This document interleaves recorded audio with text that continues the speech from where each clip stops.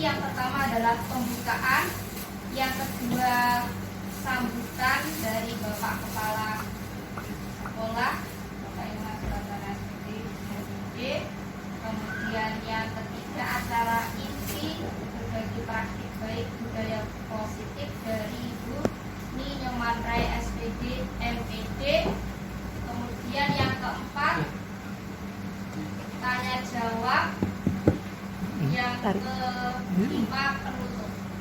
Dalam acara ini kita buka dengan berdoa menurut agama dan kepercayaan masing-masing. Berdoa, mulai. Bawah dorong udah.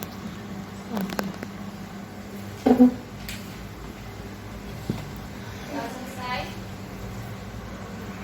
Untuk selanjutnya acara yang kedua adalah sambutan, yaitu sambutan dari Bapak Kepala Sekolah yang akan disampaikan oleh Bapak Ibu SPDMPD kepada Bapak Abdul Rahman.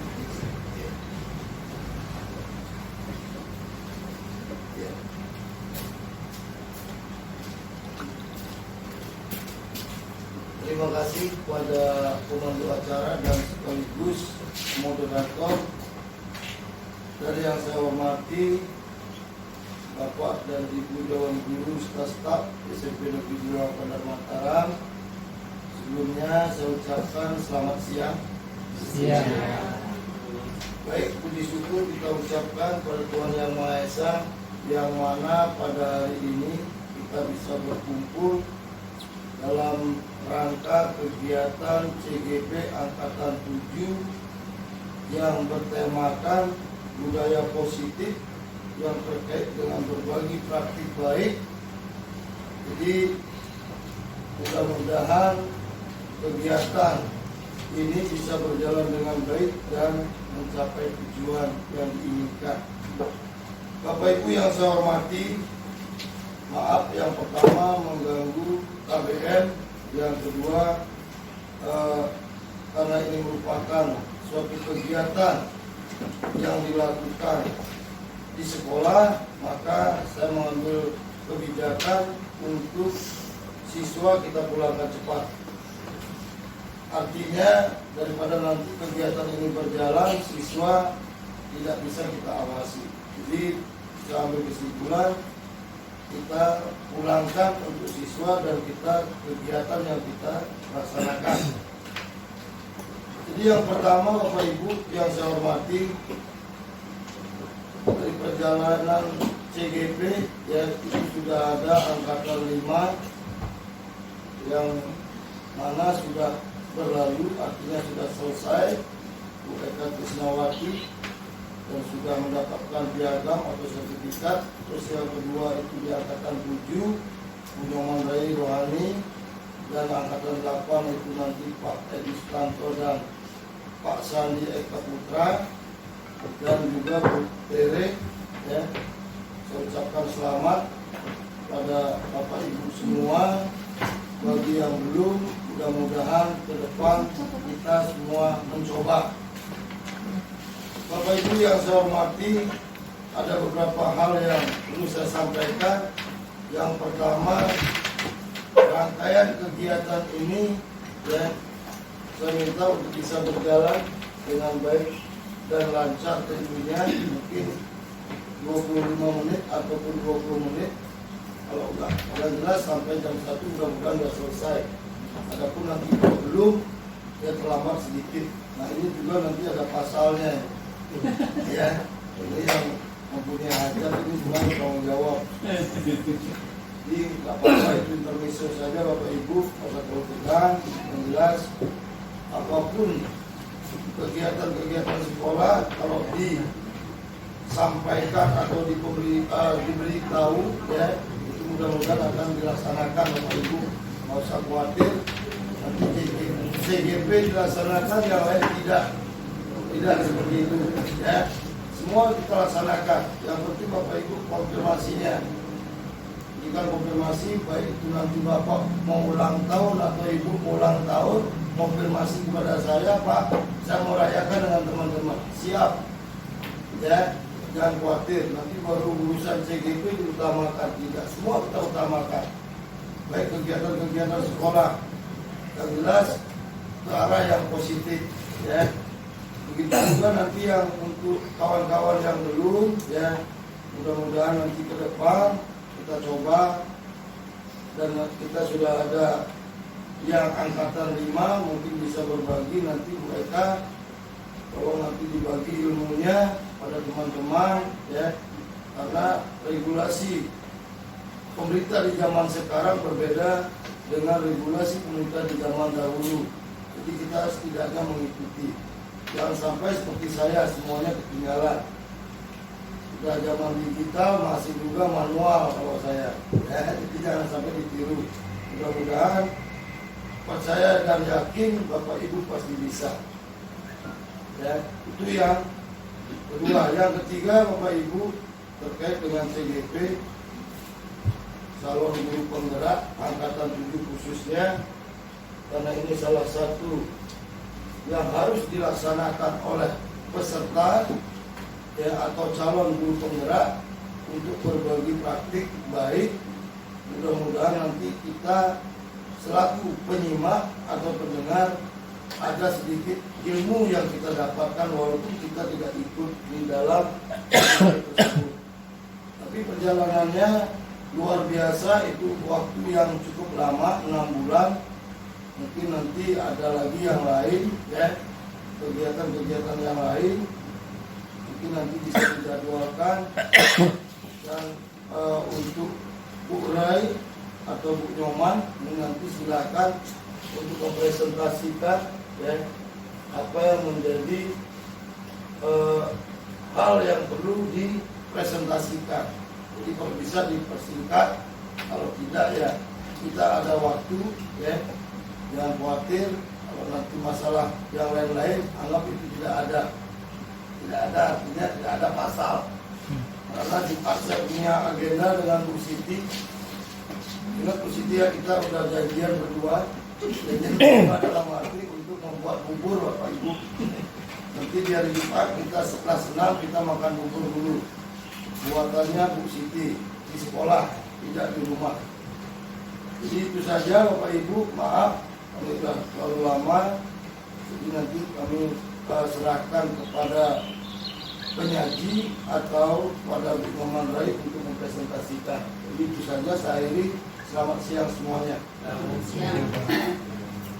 Terima kasih atas sambutan dari Bapak Kepala Sekolah yang terdiri dari 3 inti. Yang pertama adalah mudah-mudahan acara ini berjalan dengan lancar, tujuan dapat tercapai. Kemudian yang kedua, perjalanan CGP ini berkader, mulai dari yang angkatan 5, 7, 8, dan 9. Mudah-mudahan nanti ada penerusnya terus setiap angkatan mulai dari 5 ke bawah ini. Kemudian berbagi praktik baik itu sebagai salah satu tugas CGP, namun diharapkan juga akan berdampak kepada kita guru di SMP Negeri 2 Bandar Mataram, dan juga diharapkan ini nanti bisa diimplementasikan di sekolah kita, karena dari rapor yang Bapak Ses itu bahwa sekolah itu sekarang dituntut untuk menggunakan paradigma baru di dalam pendidikannya. Visi itu diserahkan kepada guru penggerak ini untuk menularkan paradigma baru dalam dunia pendidikan. Itu dari Bapak Kepala Sekolah. Untuk selanjutnya adalah acara ini yang akan disampaikan oleh CGP Angkatan 7 Ibu Nyoman Rai SPD MPD dengan tema budaya positif. Kepada beliau kami persilakan.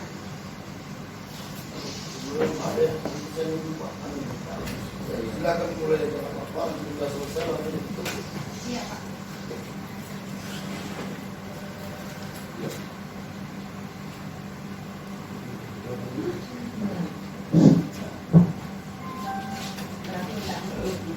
Ya, terima kasih Bu Eka selaku pemandu acara, dan saya ucapkan terima kasih juga kepada Bapak Ibu guru yang sudah bersedia meluangkan waktunya untuk mengikuti acara pengimbasan budaya positif, yaitu berbagi praktik baik.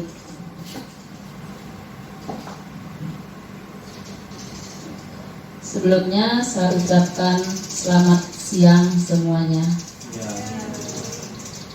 Ya. Berbagi praktik baik di sini tujuannya menciptakan lingkungan positif serta mendukung murid menjadi pribadi yang bahagia, mandiri, dan bertanggung jawab sesuai dengan filosofi Ki Hajar Dewantara. Adapun topik dalam eksplorasi konsep di sini ada 6. Yang pertama, disiplin positif dan nilai kebajikan universal.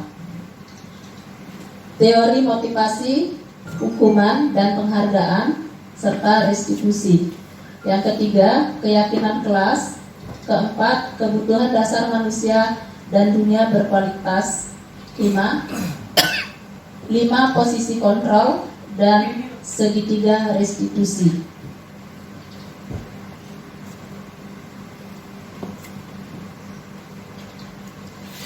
Perubahan paradigma. Jadi kita di sini mendidik anak-anak yang sifatnya mengarahkan anak-anak untuk berubah menjadi lebih baik. Jadi di sini ada permainan, yaitu kegiatan kepalan tangan. Di sini diibaratkan ada si A dan si B. Si A adalah teman kita, si B adalah kita atau saya ya.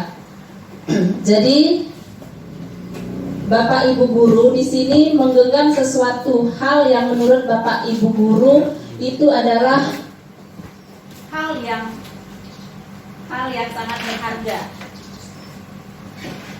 Sangat berharga.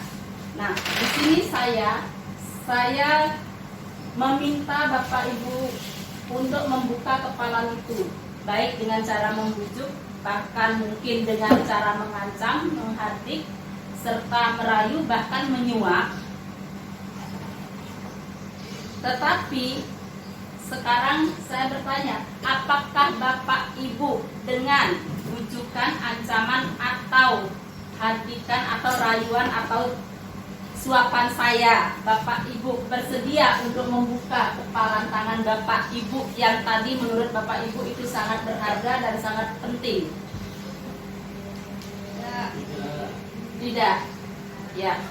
Nah, saya tanya, mengapa Bapak Ibu tidak bersedia untuk melepas genggaman tangan Bapak Ibu?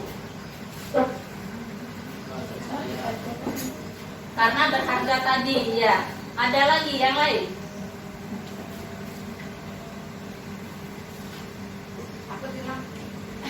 Takut hilang. Ya.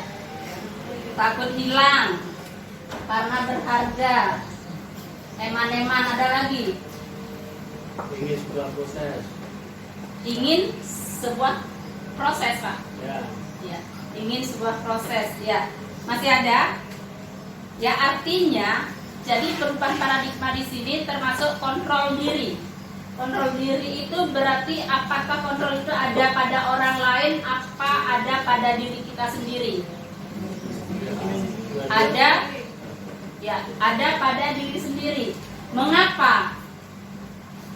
Yaitu artinya kita baik sebagai guru, orang tua hanya bisa mengarahkan ke siswa, tapi keputusan itu tetap ada di siswa tersebut atau individu tersebut. Jadi kita tidak bisa memaksakan kehendak kita. Nah, disitulah kontrol itu ada. Tetapi kalau menurut kita itu sesuatu hal yang penting dan mungkin bisa bermanfaat untuk orang lain, sesuatu tadi yang Bapak Ibu genggam, tapi itu bermanfaat untuk orang lain, kehidupan orang lain, kira-kira Bapak Ibu bersedia tidak membukanya? Ya, bersedia. Bersedia. Bersedia karena apa? Karena apa Bapak Ibu? Bermanfaat untuk orang lain. Ya, karena bermanfaat bagi orang lain. Artinya kita bisa membuka itu jika hal tersebut bermanfaat untuk orang lain. Tapi jika tidak, berarti kan kembali kontrol itu ada pada diri kita sendiri.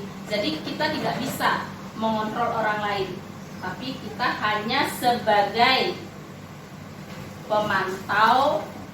Itu ya Bapak Ibu ya. Itu sedikit permainannya. Terus berikutnya di sini ada perubahan paradigma, teori kontrol atau ilusi kontrol. Di sini ada 4, yaitu ilusi guru mengontrol murid, bahwa semua perilaku memiliki tujuan, bahkan terhadap perilaku yang tidak disukai. Perilaku tidak disukai pasti ada tujuannya. Terus ilusi bahwa semua penguatan positif efektif dan bermanfaat. Di sini yaitu usaha untuk mempengaruhi murid agar mengulangi suatu perilaku tertentu adalah suatu usaha untuk mengontrol murid tersebut. Berikutnya ilusi bahwa kritik dan membuat orang merasa bersalah dapat menguatkan karakter, yaitu kritik dan rasa bersalah untuk mengontrol murid menuju pada identitas gagal. Mereka belajar untuk merasa buruk tentang diri mereka.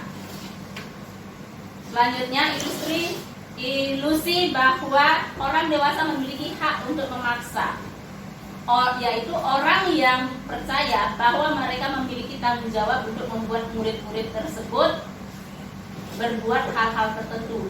Apapun yang dilakukan dapat diterima selama ada sebuah kemajuan berdasarkan sebuah pengukuran kinerja. Berikutnya perubahan paradigma stimulus respon. Stimulus responnya, kita mencoba mengubah orang agar berpandangan sama dengan kita. Kita berusaha memahami. Teori kontrolnya, kita berusaha memahami pandangan orang lain tentang dunia. Berikutnya, perilaku buruk dilihat sebagai suatu kesalahan. Sementara teori kontrolnya, semua perilaku memiliki tujuan. Orang lain bisa mengontrol saya. Teori kontrolnya, hanya Anda yang bisa mengontrol diri Anda. Stimulus respon berikutnya, saya bisa mengontrol orang lain. Teori kontrolnya, Anda tidak bisa mengontrol orang lain. Pemaksaan ada pada saat bujukan gagal. Teori kontrolnya, kolaborasi dan konsensus menciptakan pilihan-pilihan baru. Model berpikir menang kalah. Teori kontrolnya, model berpikir menang.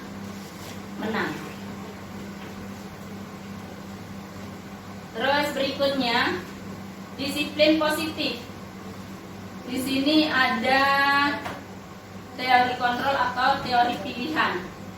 Anda akan bisa mengontrol orang lain. Hanya Anda yang bisa mengontrol diri Anda. Semua perilaku memiliki tujuan.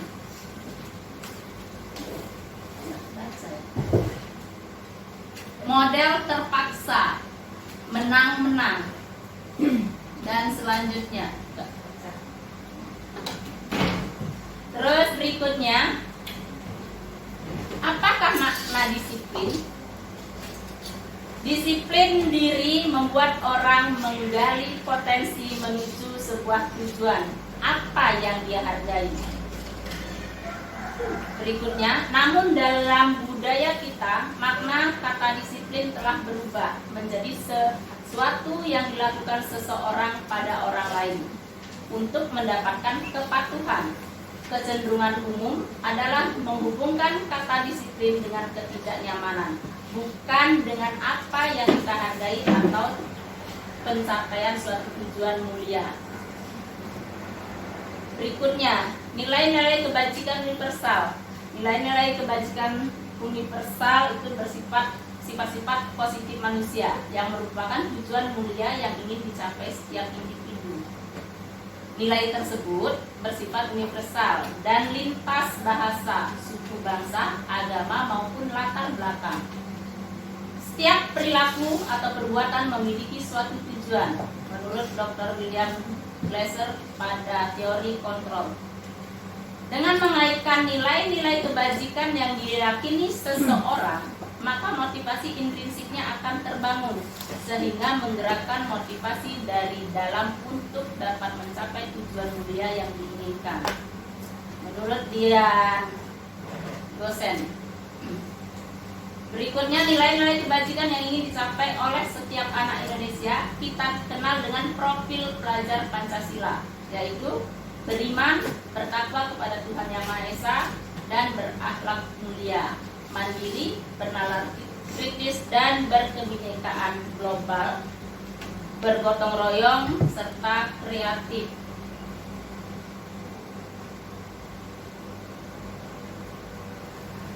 Yang berikutnya yaitu teori motivasi, hukuman, dan penghargaan restitusi. Teori motivasi perilaku manusia, motivasi eksternal, yaitu untuk menghindari ketidaknyamanan atau hukuman apa yang akan terjadi apabila saya melakukannya. Motivasi eksternal untuk mendapatkan imbalan dari orang lain atau institusi apa yang akan saya dapatkan apabila saya melakukannya. Motivasi internal atau tujuan disiplin positif, yaitu untuk menghargai diri sendiri. Saya akan menjadi orang yang seperti apa bila saya melakukannya. Nah, menurut Ki Hajar Dewantara, merdeka itu berarti tidak hanya terlepas dari perintah, akan tetapi juga cakap buat memerintah diri sendiri. Jadi artinya merdeka itu cakap memerintah diri sendiri.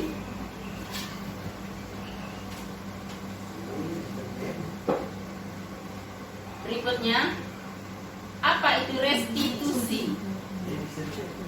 Restitusi adalah proses menciptakan kondisi bagi murid untuk memperbaiki kesalahan mereka, sehingga mereka bisa kembali pada kelompok mereka dengan karakter yang lebih kuat.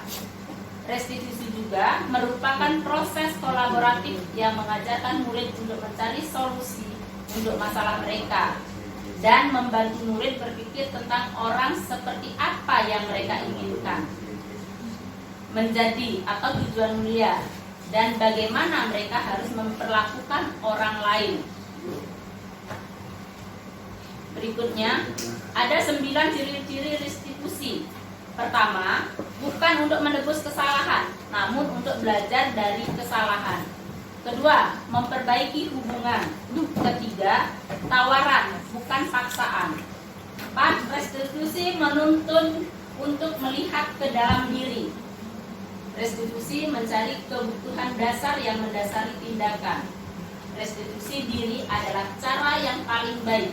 Restitusi fokus pada karakter, bukan tindakan. Restitusi fokus pada solusi. Restitusi mengembalikan murid yang berbuat salah pada kelompoknya. Poin yang ketiga yaitu keyakinan kelas. Di sekolah sangat penting sekali memiliki suatu keyakinan sekolah atau kelas, yaitu sebagai fondasi dan arah tujuan sebuah sekolah yang akan menjadi landasan dalam memecahkan konflik atau permasalahan di dalam sebuah sekolah atau kelas. Budaya positif tercipta jika lingkungan positif. Lingkungan positif ada jika ada keyakinan kelas, dan keyakinan kelas dibentuk berdasarkan peraturan kelas.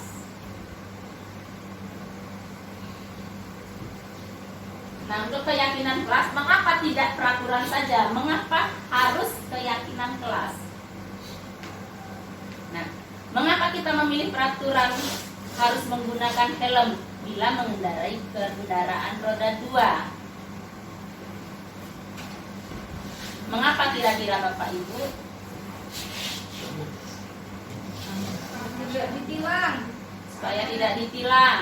Apalagi Tidak melanggar peraturan. tidak melanggar peraturan ya Bu. Miss aman Pak? Ya. Untuk keselamatan. Artinya apa? Berarti di sini kita memiliki keyakinan. Kita menggunakan helm karena kita yakin bahwa itu tujuannya untuk diri kita sendiri. Apa? Untuk keselamatan diri kita. Itu. Berikutnya, mengapa kita memiliki peraturan 3M? Menggunakan masker, mencuci tangan, dan menjaga jarak 1-5 meter. Datang. Apa Pak Han? Datang. Ya, untuk kesehatan. Artinya apa? Itu kembali juga untuk diri kita sendiri. Ya, berikutnya, mengapa kita memiliki peraturan harus datang tepat waktu pada saat mengikuti pelatihan? Kalau telat dihukum panitia. Masuk. Ya, kalau telat dihukum panitia. Ya, apalagi kira-kira? Disiplin Bu. Disiplin, ya.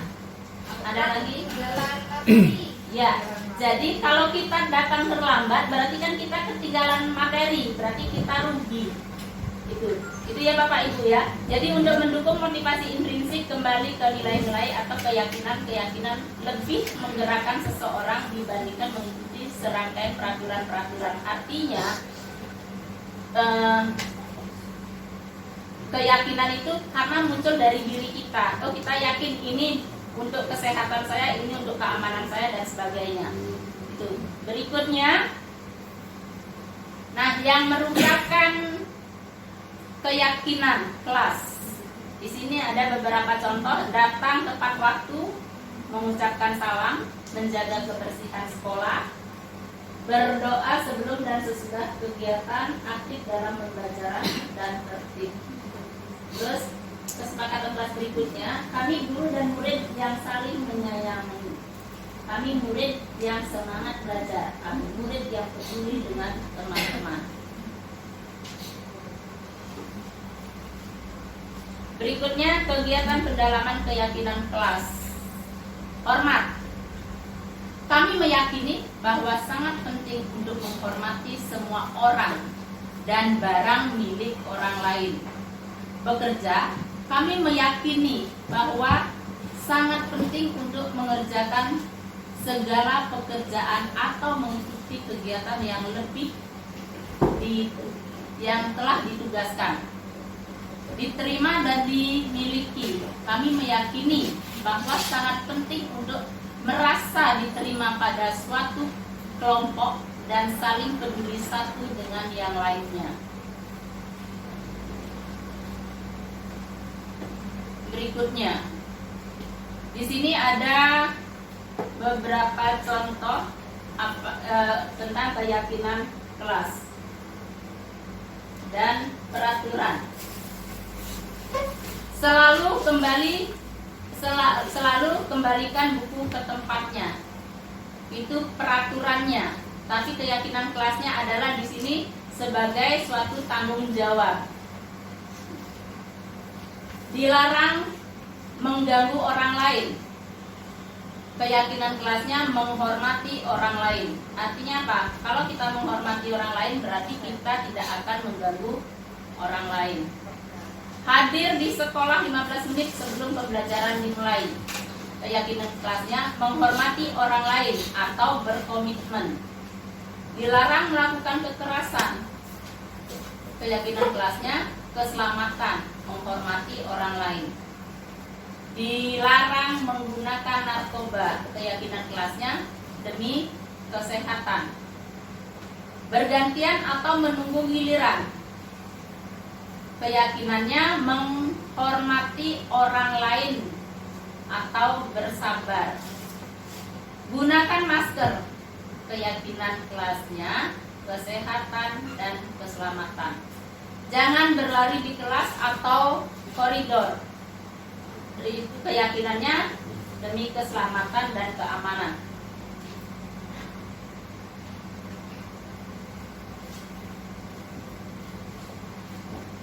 Nah, di sini perbedaan hukuman dan konsekuensi.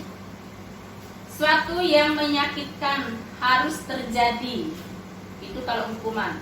Sedangkan kalau konsekuensi, sesuatu harus terjadi. Membuat anak sakit, fisik maupun hati untuk jangka waktu lama. Kalau konsekuensi, membuat anak merasa tidak nyaman dalam jangka waktu pendek. Anak membenci kedisiplinan, konsekuensinya stimulus. Salah. Anak menghargai disiplin, paksaan, stimulus, tanggapan, dan seterusnya. Contoh tindakan guru yang memberikan hukuman atau konsekuensi. Beberapa contoh diantaranya mencatat 100 kali di dalam buku kalimat, saya tidak akan terlambat lagi karena terlambat bersekolah. Itu merupakan suatu hukuman. Membersihkan tumpahan air di meja tulis karena tersenggol pada saat belajar, itu termasuk konsekuensi. Beberapa contohnya ya Bapak Ibu ya. Identitas gagal hukuman, identitas sukses itu disiplin. Identitas gagal, sesuatu yang menyakitkan harus terjadi. Identitas suksesnya, konsekuensinya sesuatu harus terjadi. Restitusi merupakan pilihan. Berikutnya, tidak nyaman untuk murid atau anak untuk jangka waktu panjang. Konsekuensinya tidak nyaman untuk murid atau anak untuk jangka waktu pendek. Restitusinya menguatkan untuk murid, anak dalam jangka waktu panjang, dan seterusnya. Berikutnya, kebutuhan dasar manusia dan dunia berkualitas. Dasar yang menjadi motif dari tindakan manusia, baik murid maupun guru, upaya menciptakan lingkungan belajar dan pemenuhan kebutuhan anak yang beragam. Di sini kebutuhan dasar manusia ada 5, bertahan hidup, yaitu kebebasan, kesenangan, kasih sayang dan rasa diterima, dan yang terakhir penguasaan.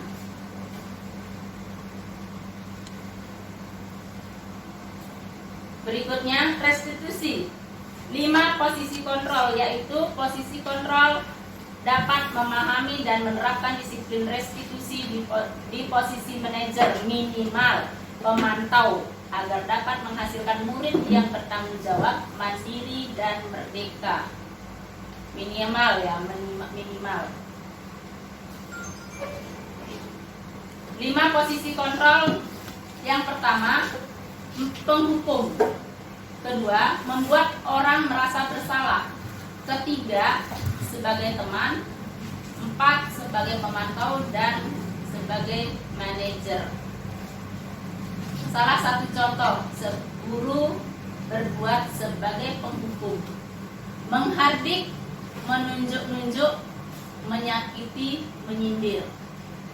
Membuat orang merasa bersalah, berceramah, dan mengatakan seharusnya. Ibu kecewa. Sebagai teman, membuatkan dalam-dalam untuk muridnya.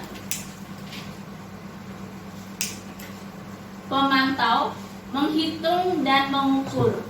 Manajer mengajukan pertanyaan-pertanyaan. Itu diantaranya. Terus berikutnya, bergerak antara peraturan, pemantau, konsekuensi atau hadiah. Nilai-nilai manajer memperbaikinya. Dan yang terakhir, restitusi, segitiga restitusi, yaitu cara menanamkan disiplin positif pada murid sebagai bagian dari budaya positif di sekolah.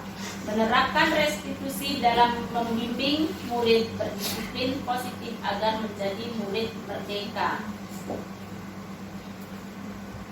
Di sini 3 restitusi, langkah pertama menstabilkan identitas. Kedua, validasi tindakan yang salah.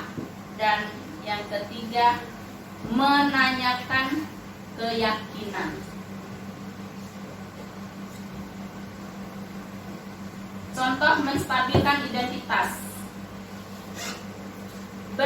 Guru berkata, berbuat salah itu hal yang manusiawi. Tidak ada manusia yang sempurna. Bapak atau ibu juga buat salah. Kita pasti bisa menyelesaikan permasalahan ini. Bapak ibu tidak tertarik untuk mencari tahu siapa yang benar, siapa yang salah. Bapak ibu lebih tertarik untuk menyelesaikan masalah. Kalau kamu menyalahkan dirimu sendiri, terus-menerus, apakah kamu bersikap baik pada dirimu sendiri?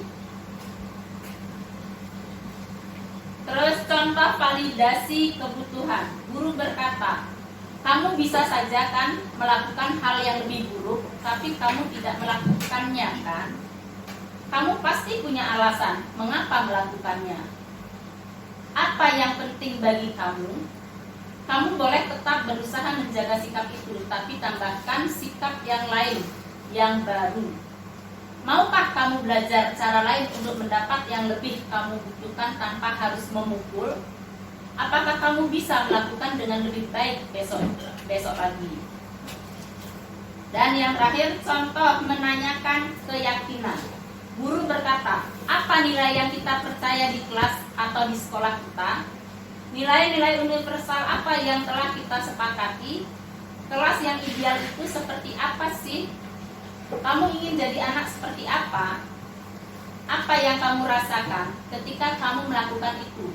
Kamu menjadi orang yang seperti apa?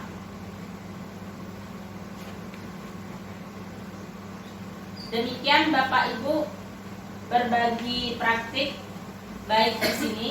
Jadi intinya kontrol diri itu ada pada diri masing-masing. Jadi kita tidak bisa istilahnya mengontrol. Jadi kita sebagai pemantau, tetap keputusan ada di individu masing-masing.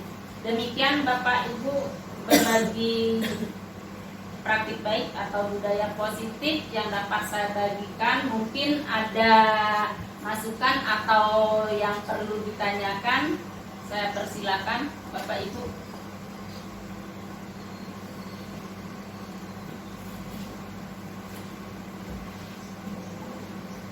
Bapak Ibu, jika tidak ada yang bertanya, kami yang bertanya Bapak Ibu. Buka grup WA-nya. Kami minta tolong grup WA-nya dibuka. Kemudian sebutkan 2 materi tadi yang disampaikan oleh Ibu Ninyoman Rai. Tapi sebelum saya perintahkan send, jangan di-send dulu atau dikirim dulu ya. Nanti kalau sudah saya send, semuanya nge-send biar tidak contek-contekan. Silakan sebutkan 2 materi yang disampaikan oleh Ibu Ninyoman Rai terkait dengan budaya positif. Waktunya 2 menit saja. Satu materi 1 menit. Nah, kuota ini ya. Pakai wifi sekolah. Catering. 2 materi tentang budaya positif. Tadi ada 6 yang disampaikan oleh Ibu. Tunggu, Pak, itu Pak.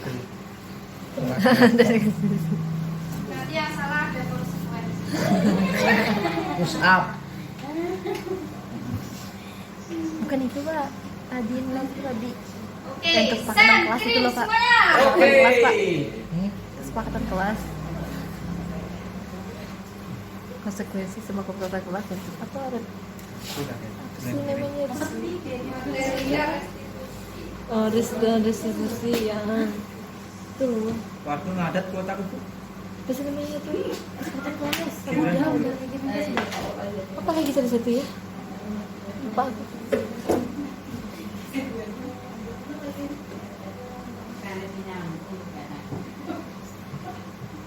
Saya nggak ngirim, Bu. Tere cepet teman ya.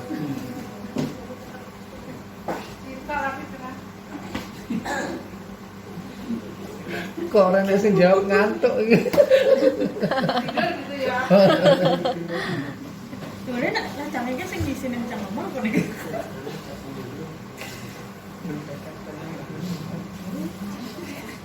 Diskusi dan disiplin diri.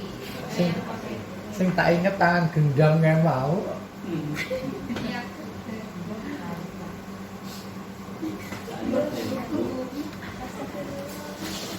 Tapi saya sih. Oke. Polling ditutup. Kepada Bapak Sukirdi, keyakinan kelas. Apa yang Bapak tangkap tentang keyakinan kelas? Membuat kesepakatan. Kalau keyakinan kelas itu sebenarnya kesepakatan yang terjadi di antara siswa di satu kelas yang nantinya jadi butuh sebuah Ya, lupa, Pak. keyakinan yang nanti akan dipakai bersama dalam Tepuk tangan untuk Pak Sukirdi. Bagaimana Ibu? Pinjaman res. Mas, cocok banget. Masuk. 100. Pak Harim prostitusi anu kan. Maksudnya keyakinan kelas tadi kan ada keyakinan dan peraturan ya. Saya hukuman, sanksi. Ya. Kalau hukuman itu istilahnya kita anak tidak tahu, belum tahu apa nanti yang harus dilakukan. Sementara kalau keyakinan atau kesepakatan itu anak sudah tahu jika dia melakukan sesuatu ini yang akan terjadi, ini yang akan saya lakukan. Itu intinya istilahnya dia sudah tahu konsekuensinya. Tapi kalau hukuman belum tahu itu ya. Selanjutnya materinya restitusi, yang punya jawaban materinya restitusi tunjuk kepala. Jari. Saya nggak jawab, Bapak. Pak Halim. Apa yang dimaksud tadi restitusi ya Pak?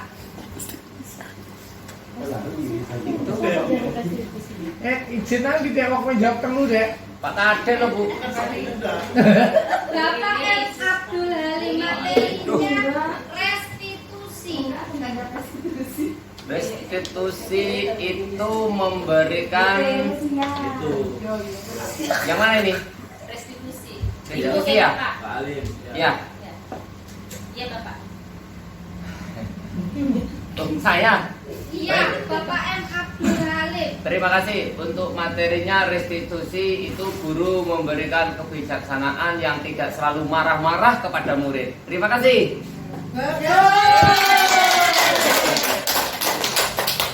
Bagaimana menurut Ibu pinjaman res? Oh nanti dulu. Tadi Bu Teresia juga menjawab restitusi.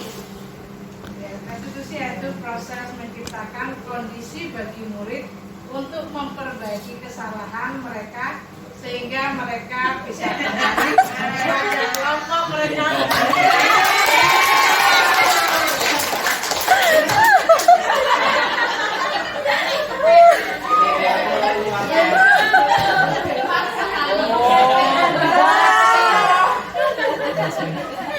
Naik ini kan ikut.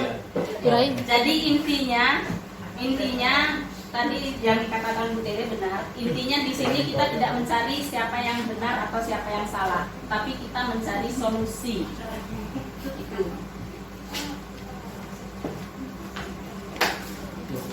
Ada lagi Bapak Ibu? Kalau tidak ada, belum ke acara berikutnya. Cara tanya jawab ya Bu ya? Iya, tanya jawab. Atau langsung saja untuk acara inti cukup. Untuk acara yang berikutnya adalah tanya jawab. Kepada Bapak Ibu dipersilakan jika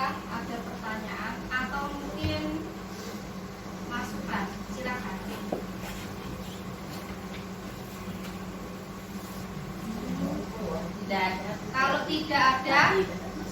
Ya. Tadi mungkin sudah tanya jawab ya Bu ya setelah penyampaian materi. Untuk acara berikutnya adalah penutup. Sebelum acara ini ditutup, saya selaku pemandu acara mohon maaf apabila ada kesalahan. Sekarang Dan sing kena kepada foto. Tuhan saya mohon maaf. Baru tak kirim di grup. Kok jangan pas ada pasangannya berarti nggak dikirim di grup, Pak. Agama doa mulai. Doa selesai. Bapak Ibu, ini sudah jam